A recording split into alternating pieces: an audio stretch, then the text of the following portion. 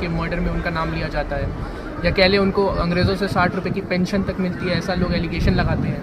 या 1940s में आते आते कि ये दो रिलीजन्स भी पीसफुली कोएग्जिस्ट कर सकते हैं, और जैसा कि हम देख रहे हैं इंडिपेंडेंट इंडिया में कि ये लोग कर भी रहे हैं, तो उनका ये मानना थे। इन्होंने जो जनेऊ सेरेमनी होती है, जो कि मेनली ब्राह्मण जो लोग होते हैं।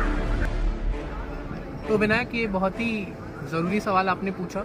बात कहते हैं कि आज के जो ये 1000 दलित हिंदू हैं, अगर ये कल के 1000 दलित मुसलमान या फिर किसी और। नमस्कार दोस्तों, तो हमारे शो आमना सामने में बहुत बहुत स्वागत है, जहाँ पे हम बात करेंगे इतिहास, जियोपॉलिटिक्स और पॉप साइंस से रिलेटेड कई सारे रहस्यों की। तो आइए इसके आज पहले एपिसोड को शुरू करते हैं, जहाँ पे आज के हमारे गेस्ट हैं विनायक नारायण, जो कि एक बहुत ही बड़े दिग्गज हैं। चाहे हम बात करें इतिहास, खास करके एंशिएंट हिस्ट्री, मॉडर्न हिस्ट्री जैसे टॉपिक्स पे, और इसके साथ साथ जियोपॉलिटिक्स पे भी। तो बिना किसी परेशानी के और दिक्कतों के शुरू करते हैं आज के इस वार्तालाप को। So thank you Aryan for inviting me. आज हम लोग एक ऐसे महान शख्सियत के बारे में बात करने जा रहे हैं जिन्होंने भारतीय इतिहास में, चाहे वो आज़ादी हो या जातिवाद हो, उन सब के लिए महत्वपूर्ण कदम उठाए, और उनके जितने भी कॉन्ट्रीब्यूशंस रहे हैं वो आज भी कई ज़्यादा लोग जाने जाते हैं। उस महान शख्सियत ने हमेशा अपने से पहले देश को रखा, और हिंदू धर्म के लिए भी उन्होंने बहुत सारे कदम उठाए, उन्होंने बहुत सारे ऐसे मेजर्स लिए जिससे आज भी हमारा देश उसके लिए बहुत ही आभारी रहेगा। तो आज हम बात करने वाले हैं विनायक दामोदर सावरकर जी के बारे में, जिनको वीर सावरकर भी कहा जाता है। तो आइए ये पॉडकास्ट हम शुरू करते हैं। तो विनायक, आपका बहुत बहुत स्वागत है हमारे इस शो में आमना सामना में। और सावरकर एक बहुत ही कंट्रोवर्शियल फिगर है हिस्ट्री के, जहाँ पे एक तरफ लोग उनकी पूजा भी करते हैं और दूसरी तरफ उनको, उनके मैन्युकिन्स को चप्पलों से भी मारते हैं। एक बहुत ही कंट्रोवर्शियल फिगर है। चाहे हम बात करें उनके रोल को गांधी जी के लेके, उनके मर्डर में, गांधी जी के मर्डर में उनका नाम लिया जाता है, या कह लें उनको अंग्रेज़ों से 60 रुपये की पेंशन तक मिलती है, ऐसा लोग एलिगेशन लगाते हैं। या हम ये कह लें कि उन्होंने योर्स ओबीडियंट करके अंग्रेज़ों को लिखा है, जिसे लोग कहते हैं कि उन्होंने माफ़ीनामा भी लिखा है। ऊपर से लोग ऐसा भी कहते हैं कि हिंदुत्व के नाम पे उन्होंने देश को बांटने का, यानी 2 नेशन थ्योरी को जन्म देने का काम किया है। तो इन सब बातों के लेकर एक रफ सिंथेसिस, आपका क्या ओपिनियन है? तो इसके साथ हम शुरू करते हैं पहले सवाल पे कि क्या सावरकर जी, जिन्हें वीर सावरकर भी कहा जाता है, स्वतंत्र वीर की भी उपाधि दी गई है, उन पे सबसे बड़ा एलिगेशन ये लगता है कि उन्होंने अपने बारे में ही अच्छी बातें लिख के अपने आप को ही उपाधि दी है स्वतंत्र वीर सावरकर की। तो इस पे आपका क्या ओपिनियन है? तो आर्यन, आपका जो ये सवाल है ये बहुत ही अच्छा है, और इसमें क्रिटिसिज्म भी बहुत सारी आ सकती है, कंट्रोवर्शियल भी है, डिबेटेबल भी है। तो उसमें हम बात करते हैं। पहली बात तो ये कहना थोड़ा गलत रहेगा कि सावरकर ने अपने आप को ही तारीफ़ की, उन्होंने अपने आप को ही स्वतंत्र वीर या वीर घोषित किया। हालांकि ऐसे सोर्सेज हैं नहीं जो इस चीज़ का सिग्निफाई देते हैं। सावरकर को सबसे पहले अगर ऑफिशियली देखा जाए तो राजा राम रानाडे नाम के एक राइटर थे मराठी, उन्होंने एक बायोग्राफी डाली थी इनके लिए। उसमें इन्होंने फर्स्ट टाइम उन्होंने सावरकर को एज स्वतंत्र वीर सावरकर रेफ़र किया था। तो ये चीज़ इससे भी पता चलती है कि सावरकर ने खुद नहीं किया था। उसके अलावा जो आज भी बच्चा बच्चा बोलता है वीर सावरकर वीर सावरकर, तो वीर सावरकर जी की जब मौत हो गई थी, उनके डेकेड्स बाद as a mark of honour भी कह सकते हैं, as a mark of respect भी कह सकते हैं कि इनके नाम से वीर जोड़ दिया गया था। फिर हर कोई इनको वीर सावरकर करके बुलाया जाता था। तो ये कहना कि इन्होंने खुद को कहा था, तो ये थोड़ा सा गलत रहेगा। इन्होंने हमेशा जो भी काम किया उसमें अगर आप देखेंगे उसके पीछे रीज़न ज़रूर रहा था, तो उस पर भी एक एक करके आते हैं। तो आर्यन, तो एक सवाल ये रहेगा कि जो सावरकर थे वो हिंदुत्व के लिए बात करते थे, बट उनका ये मानना था जो कि इंडियन रिलीजन्स हैं, जैसे सिखिज़म, जैनिज़्म, बुद्धिज़्म, यही हिंदुस्तानी कहलाने लायक है, और कि जो बाकी रिलीजन्स हैं जो कि मेनली अब्राहमिक होते हैं वो आउटसाइडर हैं, और वो कभी रह नहीं सकते हैं पीसफुली इंडिया में इंडियंस के साथ, जो कि मेनली इंडियन रिलीजन्स थे। तो इसमें आपका क्या मानना है? ऊपर से एक ये मत रहता है कि क्या ये टू नेशन थ्योरी को भी सपोर्ट करते थे या नहीं? तो विनायक, ये बहुत ही ज़रूरी सवाल आपने पूछा और एक काउंटर क्वेश्चन देख के मुझे काफ़ी आश्चर्य हुआ। पर अगर आप सावरकर का लाइफ देखें थ्रू आउट, तो रिलीजन की बात भी अगर हम करें तो वो एक, उनको कहा जाता है रैशनलिस्ट हिंदू थे वो। थोड़ा बहुत एलिमेंट ऑफ अथीज़म भी उनमें दिखता था। फॉर एग्जांपल अगर हम बात करें काऊ वर्शिप की, तो काऊ वर्शिप भी उसके वो खिलाफ थे, क्योंकि उनका ये मानना था कि एक जानवर को ही हम भगवान का दर्जा नहीं दे सकते। तो अगर आप इसका देखें, उनका हिंदुत्व का भी जो डॉक्ट्रिन था उसमें दो चीज़ों पे ज़्यादा फोकस किया गया है, एक है पुण्य भूमि, एक है पितृभूमि। तो उनका ये मानना था कि भारत देश में, चाहे हम बात करें अटक से कटक या फिर कच्छ से लेकर नॉर्थ ईस्ट तक के एरिया को, इस देश में ज़्यादातर वो रिलीजन्स हैं जो कि पुण्य भूमि और पितृभूमि पे फोकस करते हैं, यानी जिनका प्लेस ऑफ वर्शिप जो है वो भारत में ही मौजूद है, इंडिया में ही एग्जिस्ट करता है। और जाति जो पितृभूमि है, यानी उनके जो एंसेस्ट्रल लैंड है वो भी इंडिया ही है या हिंदुस्तान था, यूनिफाइड इंडिया। फॉर एग्जांपल अगर आप हिंदुज़म की बात करें तो मेन प्लेसेस ऑफ वर्शिप क्या है? हरिद्वार है, इसके साथ आपका बनारस है, ये सब इंडिया में एग्जिस्ट करता है। और एंसेस्ट्रल लैंड भी यानी पितृभूमि भी इंडिया ही है। वैसे ही सिख का देख लीजिए आप, एक यूनिफाइड इंडिया में उनका वहाँ पे है गोल्डन टेम्पल में, और वही एक तलवंडी में भी है जो कि गुरु नानक जी का है। तो वो एक यूनिफाइड इंडिया में ही पार्ट था, उनका एंसेस्ट्रल लैंड भी है। तो इस चीज़ की वजह से दो रिलीजन्स जो है प्राइमरीली, इस्लाम और क्रिश्चियनिटी को साइडलाइन लोग ऐसा कहते हैं कि होता है, पर ऐसा है नहीं, क्योंकि उनका ये भी थ्योरी था 1940s में आते आते कि ये दो रिलीजन्स भी पीसफुली कोएग्जिस्ट कर सकते हैं। और जैसा कि हम देख रहे हैं इंडिपेंडेंट इंडिया में कि ये लोग कर भी रहे हैं। तो उनका ये मानना था कि इनके वो खिलाफ नहीं थे, उनका बस ये मानना था कि जो प्लंडर हिस्टोरिकली चला हुआ आ रहा है, चाहे हम बात करें कोलोनियलिज्म हुआ जो अंग्रेज़ों के ज़माने में मकौले सिस्टम को इम्पोज किया गया हमारे एजुकेशन सिस्टम के ऊपर, या फिर हम बात कर ले through out atrocities and temple destruction जो कि हुआ इस्लामिक इन्वेडर्स के द्वारा।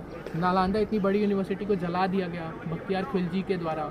तो ये सब के बेसिस के ऊपर कहीं ना कहीं उन्होंने एक सेंस ऑफ अलर्टनेस को दिखाते हुए इसके ऊपर उन्होंने बात की थी। तो और आपने एक बहुत अच्छा सवाल आपने किया था कि क्या ये टू नेशन थ्योरी को सपोर्ट करता है, तो मैं ऐसा बिल्कुल नहीं मानता, क्योंकि एक बहुत अच्छी किताब आई है सावरकर के ऊपर श्री विक्रम संपत की, जो कि 2 वॉल्यूम में आती है। उसमें उसके बारे में इसका खुलासा किया गया है कि टू नेशन थ्योरी की स्टार्ट हो गई थी अर्ली 19th सेंचुरी से ही, सावरकर के पैदा होने से भी पहले, जब सर सैयद अहमद खान ने शुरुआत करी थी इस सेंस ऑफ आइडेंटिटी की मुस्लिम्स के बीच में। और इसके बाद अलामा इकबाल को हम जानते हैं कि उन्होंने काफ़ी सारी ऐसी डिवाइसिव पोएम्स भी लिखी थी। और ये वही अलामा इकबाल है जिन्होंने एक ये भी लिखा था सारे जहाँ से अच्छा हिंदुस्तान हमारा, लेकिन आगे चल के वो कहीं ना कहीं रेडिकलाइज हो गए, यही कह सकते हैं हम। और तो ये दोनों ओपिनियंस हैं कि सावरकर के पहले भी ऐसी बातें हो चुकी हैं, तो केवल सावरकर को जिम्मेदार ठहराना सही नहीं है। तो मेरे हिसाब से ये कि वो हिंदू सोसाइटी को एक करना चाहते थे अपने हिंदुत्व डॉक्ट्रिन के थ्रू, ना कि डिवाइड करना चाहते थे अलग अलग रिलीजन्स को। तो विनायक, अभी हमने बात करी सावरकर ने कैसे हिंदुत्व पे उनका क्या रोल था, पुण्य भूमि पितृभूमि, क्या उन्होंने देश को यूनिटी के बेस तोड़ने की कोशिश की, टू नेशन थ्योरी थी।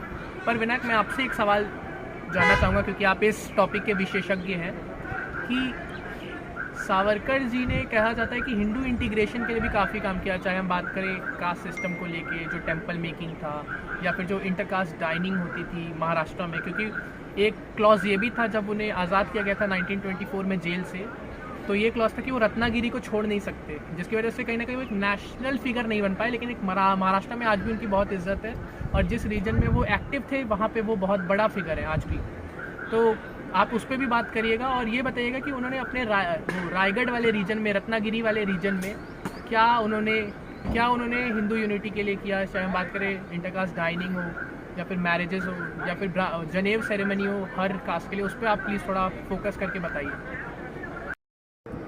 तो आर्यन, तुमने बहुत ही अच्छा सवाल किया है और बहुत ही कम लोग जानते होंगे इस चीज़ के बारे में, तो आइए इस पर खुलासा करते हैं। तो देखिए, पहली बात तो ये है कि सावरकर ने हिंदुत्व की बात रखी, मगर उन्होंने हिंदुओं को, हिंदू धर्म को जोड़ने की भी बात रखी। उन्होंने ऐसे ऐसे कदम उठाए जिसकी वजह से आज भी हिंदू धर्म जुड़ा हुआ है। सबसे बड़ा इसका रीज़न एग्जाम्पल आता है, उन्होंने महाराष्ट्र में श्रृंगेरी जगह में उन्होंने एक विट्ठल का टेम्पल था, विट्ठल गॉड होते हैं जो कि लोकल डाइटी कह सकते हैं, वहाँ पर उन्होंने जो मंदिर था वो विट्ठल टेम्पल, वो 1200 सालों से दलितों और पिछड़े वर्ग के लोगों के लिए बैन था, बंद था। एक दिन क्या हुआ, सावरकर सुबह सुबह उठे, अपने साथ हजारों की तादाद में दलितों के साथ आए और उस विट्ठल मंदिर के सामने खड़े हो गए। तो जो मंदिर के पुरोहित थे वो बाहर आते हैं और वो कहते हैं कि इससे बहुत बड़ा प्रलय हो जाएगा अगर ये लोग अगर एंटर करेंगे।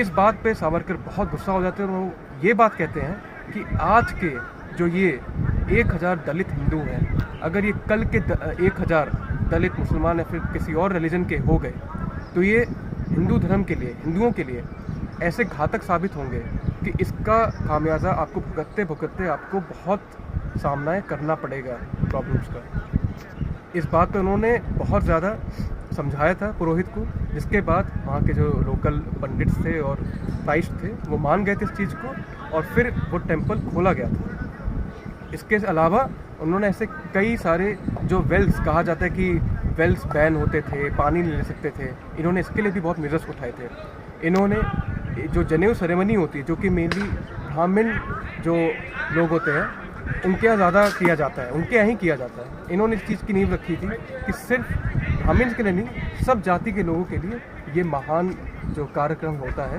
ये किया जाए। इसके अलावा उन्होंने इंटरकास्ट मैरिजेस पे भी बहुत काम किया है।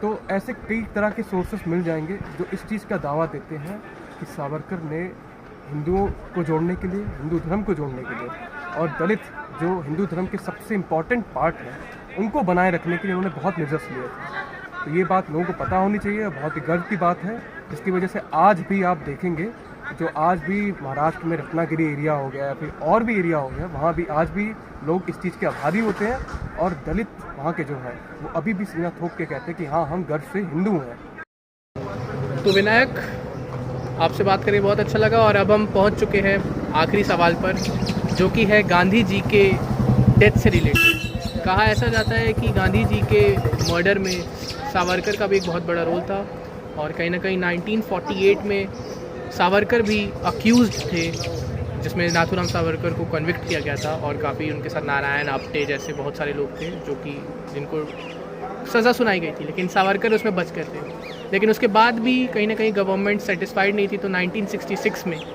वहाँ पे कपूर कमीशन का बनाया गया था इंदिरा गांधी के टाइम पे, जिसके बाद सावरकर के ऊपर फिर से कमीशन बैठाई गई थी।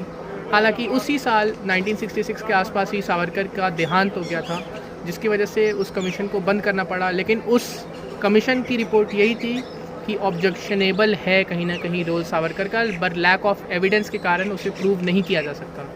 तो एक क्वेश्चन मार्क पे उस रिपोर्ट को बंद किया गया था। तो इस पर आपका क्या ओपिनियन है? देखिए, अगर हम गांधी जी के असैसिनेशन के बारे में बात करें तो नाथूराम गोडसे पर जब ट्रायल चल रहा था तब कई सारी ऐसी इन्वेस्टिगेशंस बिठाई गई थी जिसमें कई जानी मानी हस्तियों का नाम आया था, जिसमें जो लोग हिंदुत्व और राइट विंग एक्सट्रीमिज़म के लीडर्स थे उनका कई सारा नाम था और हिंदू महासभा के भी कुछ लोगों का नाम था। तो अगर ये कहना कि ये बात ही, जैसे कि आपने कहा कि जो 1966 में कपूर कमीशन बिठाई गई थी इस चीज़ को इन्वेस्टिगेट करने के लिए, उसमें भी ऑब्जेक्शनेबल भी कहा गया था कि चांसेस हैं नहीं हैं, बट फिर लैक ऑफ एविडेंस के चलते उनको बरी कर दिया गया था। बट इसमें बहुत ही मतलब डिबेटेबल टॉपिक है ये, इसमें एकदम से मैं फुल एक्यूरेसी के साथ नहीं कह सकता हूँ, मैं मिक्स्ड टॉपिक है, क्योंकि उस टाइम पे अगर आप देखें तो सावरकर ये भी कहा जाता है कि जब 15 अगस्त को इंडिपेंडेंस डे बनाया जा रहा था तब दो पार्टी के लोग थे, ऑर्गेनाइजेशन के लोग, जिन्होंने इंडिपेंडेंस डे को स्वीकार नहीं किया था। पहले थे कम्युनिस्ट पार्टी ऑफ इंडिया के लोग, उन्होंने कहा था कि ये इंडिया की सॉवरेनिटी पे बहुत बड़ा एक धब्बा है, इसको हम नहीं मानेंगे।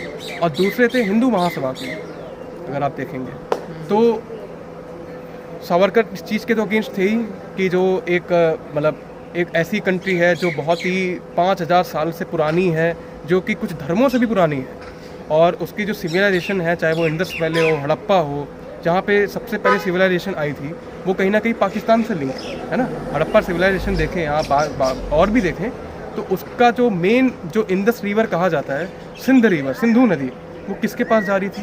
पाकिस्तान के पास। तो ये बहुत बड़ी एक तरह की मतलब क्या कहते हैं इस चीज़ की बहुत ही मतलब क्या कहते हैं डिसएग्रीमेंट था कि जो हिंदुत्व लीडर्स थे वो कहते थे जहाँ पे हमारी पहली सभ्यता आई, जो सिंधु नदी से हमारा आगे का पूरा वो बना, जिस सिंधु नदी से इंडिया का नाम आया। अगर आप देखें सिंधु से हिंदू, वही सिंधु नदी फिर एक ऐसे मुल्क के पास जा रही है जो कि एक इस्लामिक नेशन है, जहाँ पे हिंदू परसिक्यूशन बहुत हो रहे थे, क्योंकि जब पाकिस्तान का गठन हुआ था तो बहुत हिंदूज और वहाँ पे जो नॉन मुस्लिम्स थे उनको बहुत परसिक्यूट किया गया था, जिसका ये कारण था कि इतने सारे लोग वापस में इंडिया आए थे। तो ये कारण था, इसमें सावरकर ने ऐसी बातें कही थी, उन्होंने ऐसे इस चीज़ का भी उन्होंने वाक़या दिया था कि जो जितने भी पाकिस्तानी हिंदू रह रहे हैं उनको उनकी जीना नरक हो गया है, उनको वापस आना चाहिए। और वो इस चीज़ के भी समर्थक में थे कि जितने भी मुस्लिम्स रह रहे हैं जिनको नहीं चाहिए भारत, वो सीधा पाकिस्तान चले जाए। उस टाइम पे गांधी जी का लोग, अगर हम नाथूराम गोडसे का रेफरेंस लें तो नाथूराम गोडसे और उनके जो साथ के जो कुछ लोग थे उन्होंने सिर्फ गांधी जी को तकरार साबित किया था कि गांधी जी ही रिस्पॉन्सिबल है। हालांकि सच ये नहीं है, क्योंकि जिन्ना अपनी बात पर अड़े हुए थे। कांग्रेस चाहती तो अड़ जाती, बट कांग्रेस अड़ी नहीं। कांग्रेस को लगा कि ठीक है करा लेते हैं 2 नेशन, क्योंकि कहीं ज़्यादा लड़ाई झगड़ा ना हो। क्योंकि अगर आप हिस्ट्री देखेंगे तो कोलकाता का डायरेक्ट एक्शन डे प्लान आप जानते होंगे, डायरेक्ट एक्शन प्लान हुआ था, जिसमें जितने भी लोकल मुस्लिम्स थे उनको आर्म्ड कर दिया गया था ताकि वो अटैक करें लोकल हिंदूज़ को, ताकि वहाँ पर सामाजिक मतभेद आए, कम्युनल डिसहार्मनी हो, और फिर वो जो रीजन है वो पाकिस्तान को दे दिया जाए, 2 नेशन को सपोर्ट किया जाए। इस तरह की बातें थी। हालांकि इस पे ये टोटल गलत था, क्योंकि गांधी जी को टारगेट करना भी गलत है। क्योंकि गांधी जी ने जब कॉन्स्टिट्यूशन बना था ये बात पहले ही कह दी थी कि इंडिया के कॉन्स्टिट्यूशन में सेपरेट इलेक्टोरेट्स हम नहीं रखेंगे। सेपरेट इलेक्टोरेट का क्या मीन था कि अगर किसी एरिया में एक रिलीजन के लोग एक रिलीजन के लीडर को ही वोट दे पाएंगे, यानी जो हिंदू लोग हैं वो हिंदू लीडर को वोट दे पाएंगे, मुस्लिम लोग मुस्लिम लीडर को। तो आप समझ सकते हैं कि कितना बड़ा मजाक है एक कॉन्स्टिट्यूशन के नाम पे। पर कहीं ना कहीं मोर ओवर ये था कि सावरकर के रिस्पेक्ट में जो ये बात कही जाती है कि नेशनल यूनिटी के खिलाफ थे, ये बात गलत है। वो नेशनल यूनिटी के साथ थे। और गोपाल पाठक का जो आपने बात किया डायरेक्ट एक्शन डे पे, वो भी कहीं ना कहीं एक तरह से आपने कहा क्रिएशन ऑफ पाकिस्तान के लिए जो कि किया गया था, वो सब गलत था। ये गलत था। तो कंक्लूजन में आई थिंक हम ये कह सकते हैं कि सावरकर, चाहे हम आज के ज़माने में एक बहुत कंट्रोवर्शियल फिगर है और शायद इस पॉडकास्ट के बाद भी रहेंगे, लेकिन उनका जो कंट्रीब्यूशन है उसको भी हम साइडलाइन नहीं कर सकते, चाहे वो जातिवाद हो, अनुशीलन समिति बनाने के ऊपर हो, या चाहे हम कह लें अभिनव भारत सोसाइटी जो उन्होंने बनाई थी, रेवोल्यूशनरीज को आर्म करने की कोशिश करी थी ताकि इंडिया में एक रिवोल्ट हो सके। कहीं ना कहीं भगत सिंह वाला ही, और कहीं एक और बात की, भगत सिंह को भी उन्होंने ही मोटिवेट किया था। उनकी बुक आई थी 1857 में, the first war of independence, उन्होंने ही कहा था सबसे पहले, और भगत सिंह को भी इन्फ्लुएंस किया था उस बुक ने। तो इस बात को भी हमें नहीं भूलना चाहिए। और एक मुल्शी सत्याग्रह भी हुआ था जो कि इंडिया का one of the first anti British conservationist program था, जो कि उन्होंने सेनापति बापट के साथ किया था, जिसमें डैम को वाइल्ड लाइफ कंजर्वेशन के लिए उन्होंने ब्रिटिशर्स के अगेंस्ट पिटीशन जाहिर की थी, और इस पर सावरकर का एक बहुत बड़ा रोल था। तो कहीं ना कहीं सावरकर जो है एक बहुत ही फेमस फिगर है और बहुत इंपॉर्टेंट फिगर है, जिन्हें हमें नहीं भूलना चाहिए। चाहे कुछ कमियां भी थी, क्योंकि हर आदमी पूरा या तो पूरा वाइट या पूरा ब्लैक नहीं होता, हर आदमी ग्रे ही होता है। अगर आप एक कहावत भी है कि न्यूट्रल लेंस से देखें, there is no perfect man in the world, सब में खामियां होती हैं। तो इसी के साथ विनायक, आपसे बहुत अच्छा लगा, बहुत अच्छा लगा मुझे आज के पॉडकास्ट में जी। और एक बहुत ही कंट्रोवर्शियल था ये पूरा पॉडकास्ट, और आप सभी श्रोतागण और दर्शक भी अपना प्यार और कमेंट और आप कुछ अपने विचार रख सकते हैं कमेंट्स में, हम लोग भी उसमें बात करेंगे आगे जाके, और भी आप आइडियाज़ दे सकते हैं जिस पे हम लोग उसमें रिसर्च करें और आपको तथाकथित अच्छे और एक्यूरेट बात बता सकें। धन्यवाद। धन्यवाद।